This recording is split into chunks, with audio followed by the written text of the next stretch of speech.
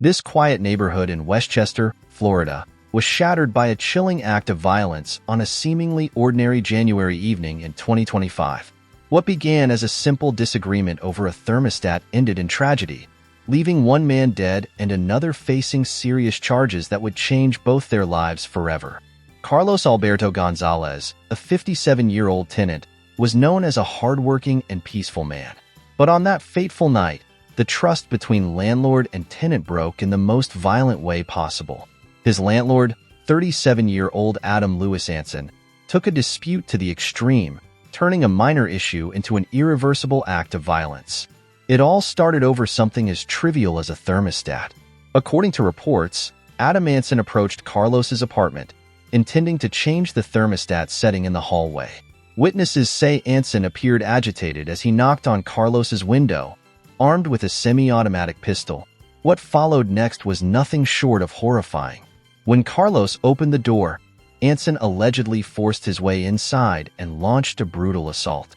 Without provocation, he dragged Carlos into the backyard and, in a shocking act of violence, shot him multiple times in the head.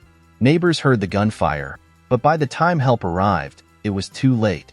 After the shooting, Anson didn't run. Instead, he did something chilling. He calmly adjusted the thermostat inside the apartment before calling 911. He claimed self-defense, but the evidence tells a different story. Prosecutors argue that this was no accident, it was murder. Adam Anson was arrested at the scene and charged with second-degree murder, along with burglary with armed assault. If convicted, he faces the possibility of life in prison. His trial has been set and is expected to reveal shocking details about his actions and motivations. Neighbors have since spoken out. Some describe Anson as a strict landlord who often imposed his rules aggressively. Others recall Carlos as a kind man who never caused trouble. The contrast between their personalities only deepens the mystery. Why did this dispute turn deadly? The courtroom battle will likely center around Anson's claim of self-defense versus the brutal and excessive nature of his actions. The multiple gunshots, the forced entry, and the calm behavior after the crime will all be key points for prosecutors seeking justice for Carlos Gonzalez.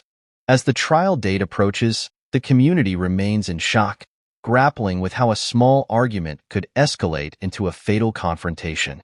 The case raises questions about landlord-tenant relationships, personal boundaries, and how conflicts should be handled before they spiral out of control. For now, Carlos Gonzalez is remembered by friends and family as a kind man who didn't deserve his fate. His name joins a long list of victims lost to senseless violence.